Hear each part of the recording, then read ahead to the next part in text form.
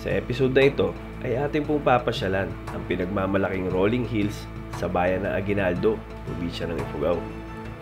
Ito po ang Itab Rolling Hills. At dahil nga po hindi kakayanan ng mga motor natin ang mga bako-bakong daan papunta rito, ay minabuti na po namin manghiram ng motor na aangkop sa biyahe papunta sa Itab Rolling Hills. Kaya tara, sama kayo ulit sa biyahe namin. Pasyalan natin ang napagandang Itab Rolling Hills ng Aguinaldo, Ifugao. Let's go!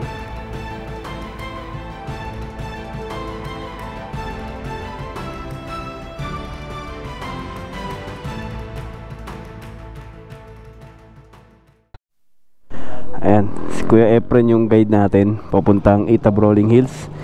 So gagamitin natin motor itong Honda XR150. Ayan, dahil di ubro yung motor natin, pahiram tayo ng motor. Yun, so thank you po Councilor Dennis. Ayan, papalitan na lang kami ni Unico. Okay.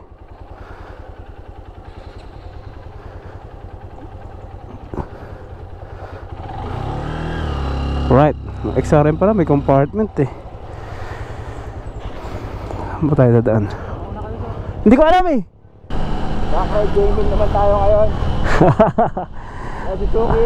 Mababa tayong Itab Rolling Hills. Hindi kasi pwede yung motor natin. So ayan, pinasamahan tayo ni Councilor Dennis. Yan, konsyal ng bayan dito sa Aguinaldo, Ifugao. May pinahiram sa atin, pinagamit Honda XR150. So ano lang kami ni Unico, angkasa na lang kami, palitan na lang kami dito.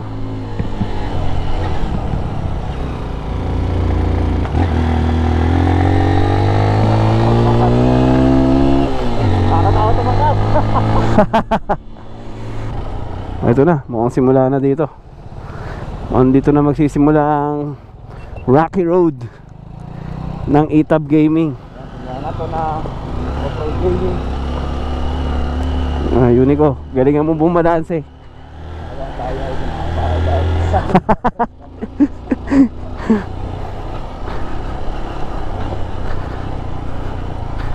Ang mag-alala, driver mo si Bornok.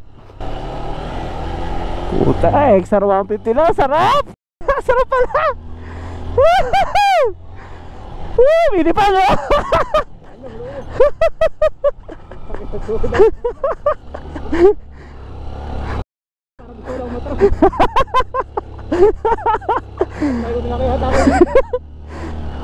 Sarap pala nito. Hindi, mahirapan ang ano natin bro. Tingnan mo oh. Basic sa shock ng ano XR. Oh bro no. Dapat siwara sa driver mo.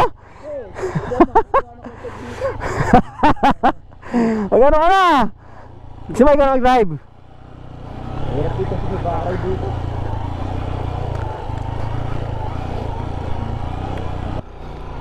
Pipiliin mo lang yung mga dadaanan mo. Ay grabe, laki yung nasunog oh. Tignan mo oh. Laki ng bundok na nasunog oh.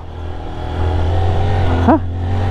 Tama yung desisyon ko na di ako nag-jacket, nag-jersey na lang ako. Kasi papawisan ako mag-drive.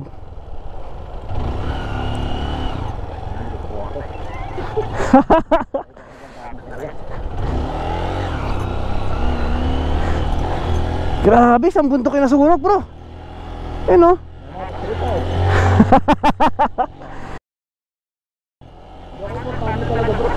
Hindi ka kinabahan ka nga. Pag ako umangkas sa'yo, kakalabahan din ako sigurado. Sabi ko kaya kay kuya, angkas ko na lang siya doon no? Oo, bago pwede. Sige, dali. Yeah! Yeah!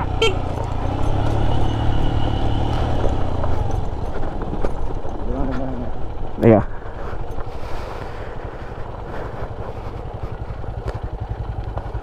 Ayan, so nakiusap na kami kay Kuya Efren na kung pwede magamit ni Unico yung motor niya para makagawa kami ng content yung papunta dito.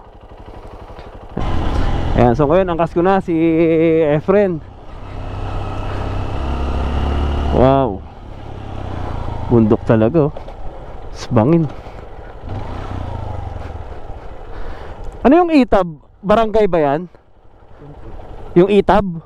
Barangay Itab?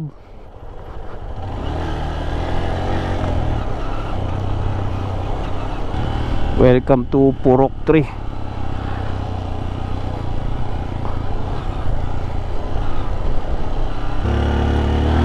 Ang lakas ng ahon no? Dalawa pa kami ni Efren yan. Kaangkas kami. Ba talaga power ng ano? Dekadena.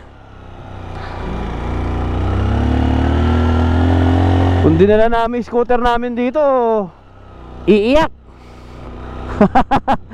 Iiyak yung NMAX ko dito. Ito, ganda ng kalsada oh. Sementado na matarik. Ayan oh, siko. Wow.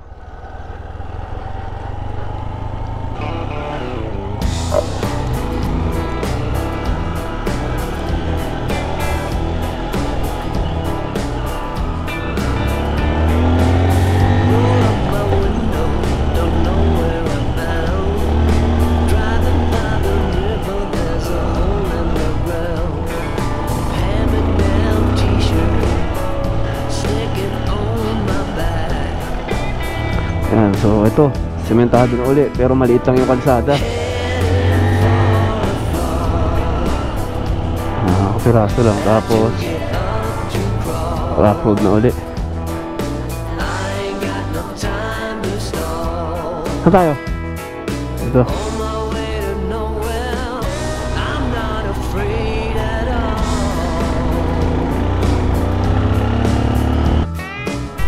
Ayan. Di talaga kaya ng NMAX namin to. Durog.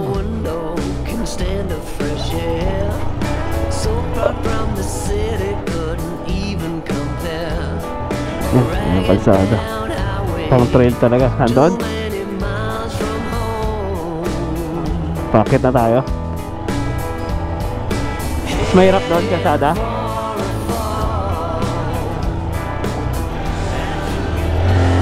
Ayan, pakit na daw tayo, sabi ni Efren.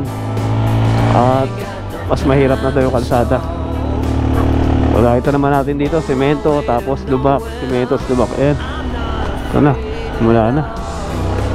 Ahon malala na daw to.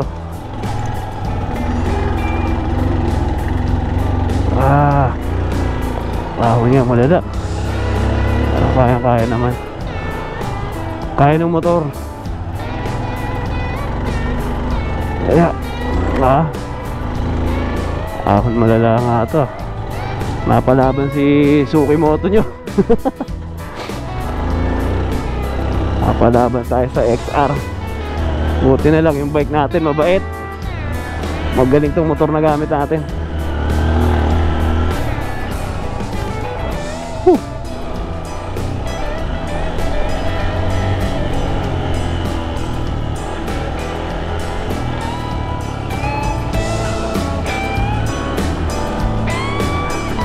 Grabe, adventure. Let's go. Yun lang yung pinakamahirap. Isa lang.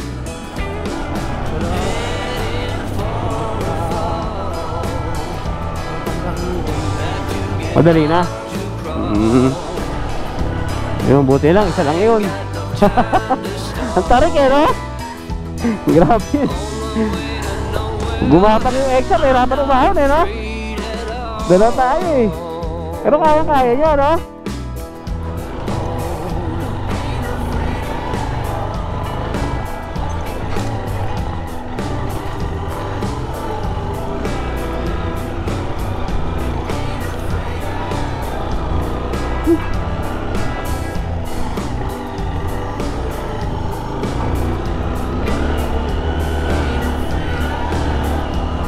Buti lang kumain kami. Kung hindi, manlalata tayo dito.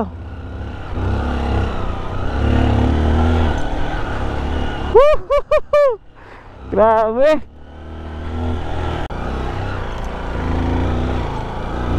Ito, sumusukal na.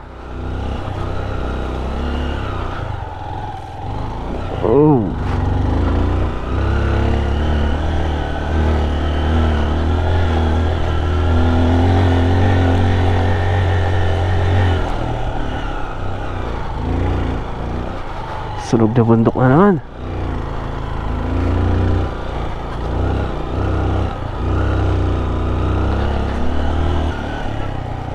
Oh, bata lang yun, galing ah. No? Bata pa, no?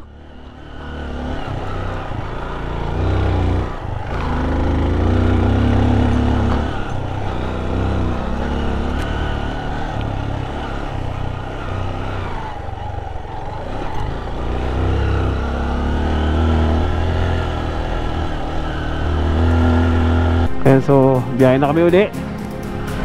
Huminto lang kami dito kasi ayan, oh, yung view napaka-epic, ang ganda. Pero hindi pa yan yung Itab. Doon pa daw, mga 20 minutes pa daw kami, sabi ni Efren. Di ubre mga kotseng maliliit dito.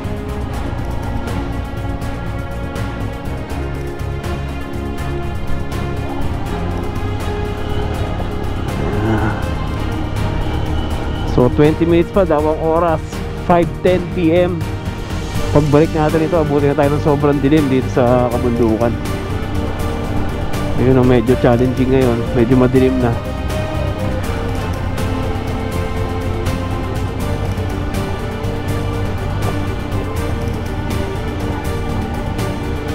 Wow, ang daming baka dun ah, sa gilid ng bundok ah. Uy, no? Sa gilid ng bundok yung mga baka.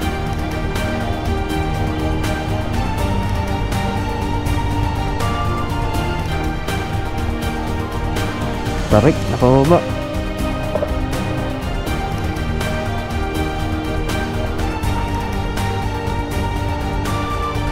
Mamaya ahon malala na naman tayo dyan.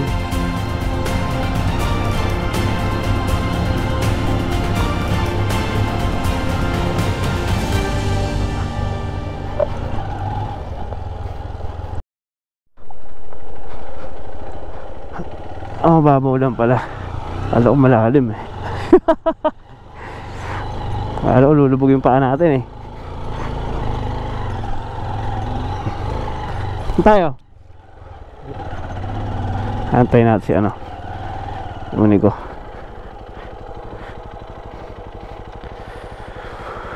So, merong part na sarado. Binuksan ni Efren. So si Efren yung pinasama sa atin ni Councilor Dennis para samahan tayo papunta dun sa Itab Rolling Hills. Kaya daw may harang para daw di makatakas yung mga kalabaw. So yan. Ha? Sa kalam. May palit tayo ba? Diyan ka na lang, okay na ako dito. So tuloy pa rin tayo sa biyahe papuntang Itab Rolling Hills. Sana abutan natin ng maliwanag. Pero sabi naman ni Efren, malapit na tayo.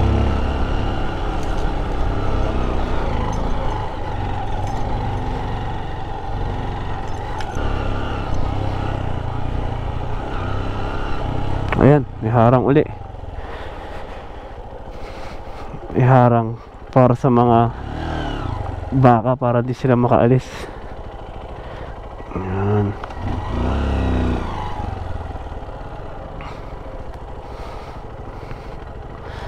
Para di daw makadabas yung mga baka.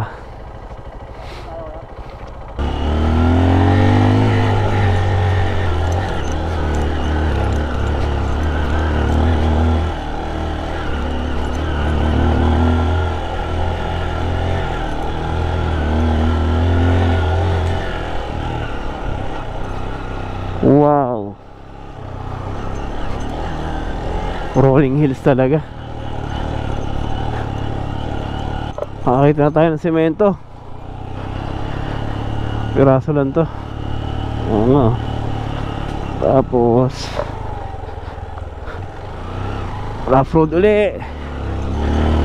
Let's go XR 150.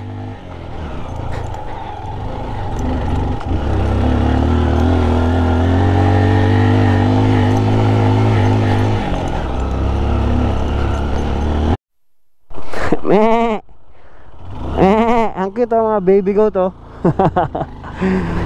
Woo! Let's go! 20 minutes pa rin daw. Ayan na, malapit na tayo. Abutan ng dilim. Umaisa na.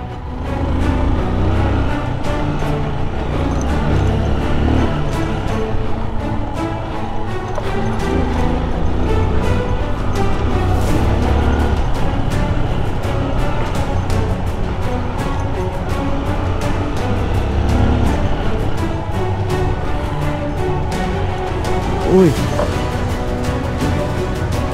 saan tayo? Truck, as naman. Ahoy, semento naman. Yun.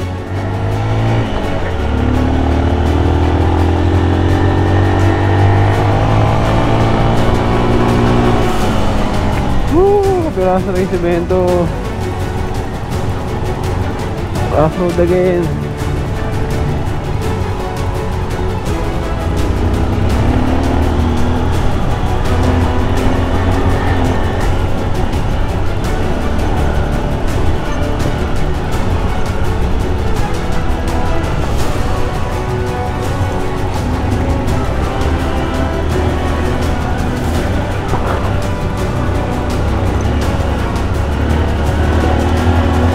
Suki!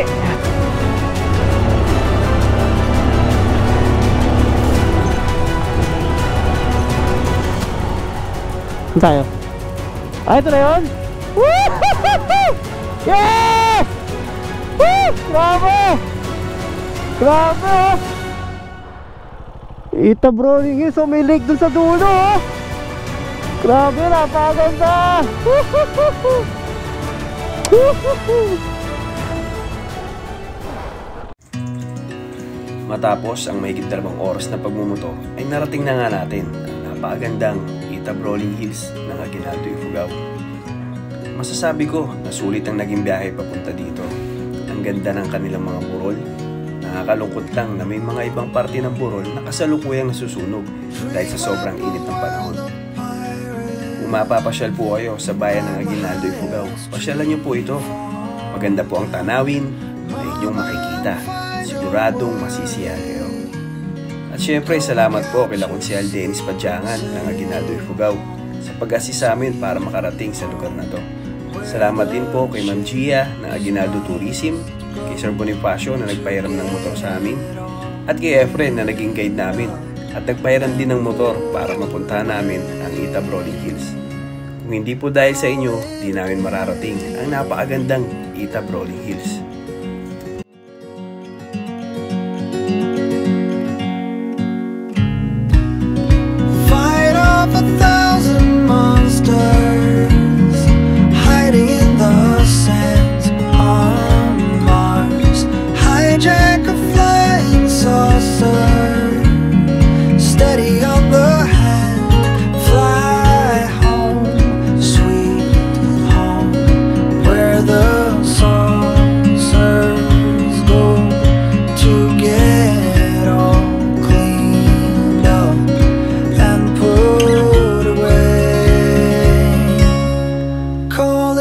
Day.